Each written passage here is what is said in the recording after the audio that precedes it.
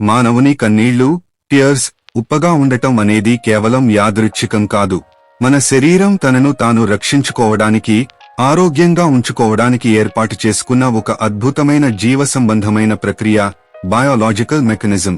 కన్నీళ్లు ఉప్పగా ఉండటానికి గల కారణాలు: విద్యుద్విశ్లేష్యాలు, ఎలక్ట్రోలైట్స్. మన శరీరంలోని కణాల పనితీరుకు, నాడీ వ్యవస్థ పనిచేయడానికి ఉప్పు, సోడియం, పొటాషియం వంటివి ఎంతో అవసరం. రక్తం, లాలాజలం, చెమటలాగే కన్నీటిలో కూడా ఈ ఎలక్ట్రోలైట్స్ ఉంటాయి. ఇన్ఫెక్షన్ల నుండి రక్షణ: కన్నీటిలో ఉండే సోడియం క్లోరైడ్, ఉప్పు మరియు లైసోజైమ్ అనే ఎంజైమ్స్ కంటిలోకి చేరే బ్యాక్టీరియాను నాశనం చేస్తాయి. ఇది కంటిని ఇన్ఫెక్షన్ల నుండి కాపాడుతుంది.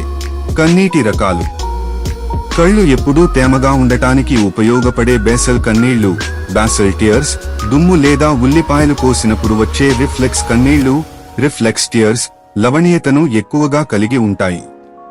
అయితే బాధ లేదా సంతోషం వల్ల వచ్చే ఎమోషనల్ కన్నీళ్లలో ఎమోషనల్ టియర్స్, ఉప్పు శాతం తక్కువగా, ఒత్తిడిని తగ్గించే హార్మోన్లు ఎక్కువగా ఉంటాయి.